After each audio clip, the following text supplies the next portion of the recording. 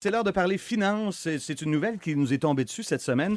On a fait le calcul, on s'est dit, est-ce que les Canadiens ont beaucoup d'épargne? Est-ce qu'ils sont prêts à répondre à un coup dur? Perte d'emploi, blessure, arrêt de travail? Parce qu'on en parlait avec Mme Champagne tantôt. Là, Oui. le chômage, c'est bien beau. Oui, je suis couvert par le chômage. Ça va prendre 8 semaines avant qu'il arrive le chômage. Et est-ce que les Canadiens ont suffisamment d'argent? C'est ça la question pour survivre à une petite crise. Oui, c'est ça. En fait, il y a eu un sondage au mois de juin 2015. Puis il y a eu 3605 travailleurs qui ont répondu à ce sondage-là. Et il a ressorti de ça quelque chose d'épouvantable, selon moi, c'est que 48 des Canadiens ils disent qu'ils seraient en difficulté financière si juste un chèque de paye retardait d'une semaine. En difficulté. Alors, c'est vraiment dans un état précaire que 48 des Québécois, c'est au Québec, au Canada? Là, c'est au Canada. Au Canada, C'est donc au Canada. 48 des Canadiens qui sont dans un état précaire, on s'entend? Oui, absolument. Fait que c'est assez...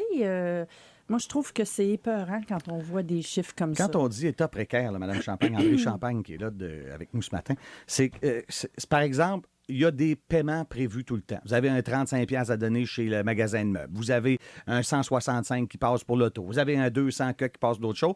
Fait qu'il passe, mettons, dans votre compte telle date. Vous n'avez pas de paye. Il n'y a pas de plan B. Non, c'est ça. Puis en fait, là, je dirais, là, j'ai pas de sondage, j'ai pas de chiffres, là, mais je dirais que plus que 50% des gens que je rencontre dans mon bureau, ils savent même pas combien ça prend par mois pour payer ce que ça coûte pour vivre. Là, on parle pas des dettes. On parle du loyer, l'épicerie, l'essence. Ils connaissent pas leurs dépenses et ce que ça prend pour les combler. Oui, c'est ça, exactement. Alors, tu commences le mois, là, puis tu sais pas que ça va te coûter 2127$ le passé pour le loyer, l'auto, tout ça. Ils n'ont pas pensé à faire ce calcul-là. Non. Mme Champagne, vous êtes conseillère en insolvabilité. Là. Qu'est-ce que vous conseillez là, aux gens, justement, pour pas que ça arrive, cet état de précarité-là? Bien, la première chose, là, c'est de s'asseoir puis de faire un budget. Puis ça, je vais le répéter, je le dis toujours, Madame Budget. Oui. Mais en fait, c'est de se faire un budget et de commencer dès maintenant à mettre de l'argent de côté pour arriver à ramasser 3 mois de ce que ça nous coûte par mois pour vivre. OK. 3 mois. 3 mois, là, c'est le minimum parce qu'on suggère fortement entre 3 et 6 mois. Mais tu sais, commencer par un objectif parce que les gens me répondent, oui, mais je suis pas capable. Mais on ne demande pas aux gens de faire ça d'ici au 31 décembre. Si les gens commençaient tranquillement, donc la journée où on s'assoit et on dit, ben, je pense que c'est une bonne idée, ben, si on se rend compte que c'est pas faisable à cause du budget, ben, il est peut-être temps de rencontrer un conseiller puis de faire regarder. Des fois, à être à côté trop sur l'arbre, on voit pas la forêt, donc de faire analyser sa situation financière. Et est-ce que je me trompe que des fois, ça implique que parfois, on doive se détacher de certains biens? Par exemple, on a 2 autos dans notre famille, par exemple, je parle pas de moi, mais on a 2 autos.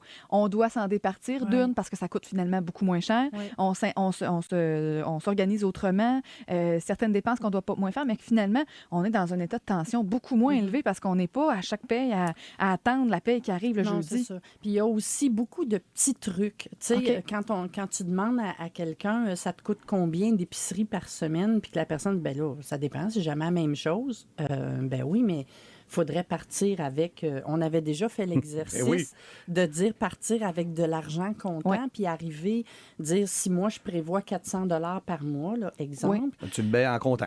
Ben oui, puis si tu pars en comptant puis que tu dis j'utilise pas ma carte Interac, ben moi j'avais fait un petit mini sondage sur ma page Facebook à moi. Okay. Puis il y avait plus que la moitié des gens qui m'avaient répondu puis qui avaient dit je suis pas capable de faire ça. Je vais l'essayer mais je vais emmener ma carte au cas où que je bosserais là. Oui, absolument. Donc c'est épeurant. Fait que quand tu penses à ça, tu dis ben je pense que ça vaut peut-être la peine de s'asseoir puis de... Madame Champagne, des fois il y a des gens qui disent je pense que c'est pas mon cas encore de me déplacer puis d'y aller. Mais vous avez une page Facebook, puis vous invitez les gens à vous écrire sur votre page Facebook toutes sortes de questions. Puis il sort des petits bijoux de là. Bien, en fait, c'est comme ça souvent que moi, je choisis mon sujet de la semaine. Parce que, bon, j'ai une chronique à toutes les semaines, puis c'est un petit peu ça. Je vais chercher, c'est pas un sondage comme tel, mais je vais chercher un peu le son de cloche auprès des gens qui sont sur ma page Facebook. Et le site, l'endroit où je travaille, c'est MNP. Donc, mnpdebt.ca. Il y a toutes sortes de sujets, il y a toutes sortes d'articles. C'est super intéressant à lire. Et les gens posent des questions, mais ils les posent la plupart du temps en privé. Et ça, je le comprends. C'est tabou encore, Mais, hein? ben Et que c'est non, tabou, c'est l'argent. ça. Puis si les gens savaient à quel point il n'y a pas de jugement, là, mais c'est sûr qu'en privé, je réponds aux questions facilement, là, mais je pense que ça serait quand même intéressant de mettre les sujets à l'avance puis de voir les questions des gens sur la page de Facebook parce que moi, j'en ai beaucoup personnellement qui le font. On va OK. le faire pour la semaine prochaine, puis on va justement s'adresser aux auditeurs concernant le sujet de la semaine. Ben, c'est une très bonne idée. Merci beaucoup, André Champagne, Merci conseillère en insolvabilité chez MNP Limité. Et Bonne vous avez semaine. des bureaux partout, j'aime ça le dire aussi. Vous êtes installé où déjà? Louisville, Trois-Rivières, Grand-Mère, ça, c'est moi, mais on a 59 bureaux au Québec. On devrait trouver une place pour vous recevoir. On devrait. Merci beaucoup, André Champagne.